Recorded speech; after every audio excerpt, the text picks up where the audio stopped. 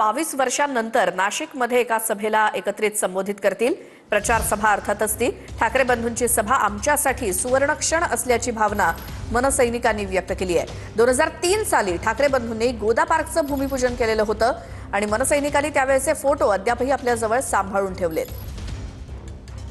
राज ठाकरे आणि उद्धव ठाकरे संयुक्तपणे तब्बल 22 वर्षांनंतर नाशिकमध्ये आज एकत्र सभा घेत आहेत। या सभेची उत्कंठा आता शिगेला पोहोचली आहे। संपूर्ण राज्याला या सभेमध्ये ठाकरे बंधू काय बोलणार याची प्रतीक्षा आहे। मनसैनिकांमध्ये देखील उत्साह बघायला मिळतोय। ही आठवण नेमकी कसली आहे मामा? ही आठवण 2003 सालाची आहे, ज्यावेळेस गोदा पार्कचं भूमिपूजन सोहळा होता।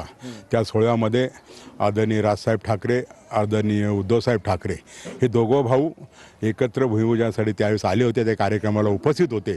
आणि 2003 नंतर तब्बल 22 वर्षानंतर दोघं भाऊ एकत्रित जाहीर सभा ती नाशिकच्या अनंत कान्हेरे ह्या मैदानावरती होत आहे। खरं जर आपण जर बघितलं तर ठाकरे परिवाराने नेहमीच नाशिकवरती विशेष प्रेम केलेलं आहे। आपण बघतोय की या ठिकाणी आज ठाकरे बंधूंची पहिली राज्यातली जाहीर सभा होतीये। मनसेचे सगळे कार्यकर्ते पदाधिकारी उत्सुक आहेत आणि त्याच्यामुळे राज ठाकरे आणि उद्धव ठाकरे यांचे एकत्रित फोटो जे आहेत, जे जवळपास 20-22 वर्षांपूर्वीचे आहेत, ते देखील आज या सगळ्या मनसैनिक आणि त्याचप्रमाणे ठाकरेंच्या शिवसेनेच्या कार्यकर्त्यांच्या आठवणी ताज्या करत असल्याचं बघायला मिळत आहे। कॅमेरा पर्सन आकाश शेवलेसह मी चंदन पूजा अधिकारी, TV9 मराठी।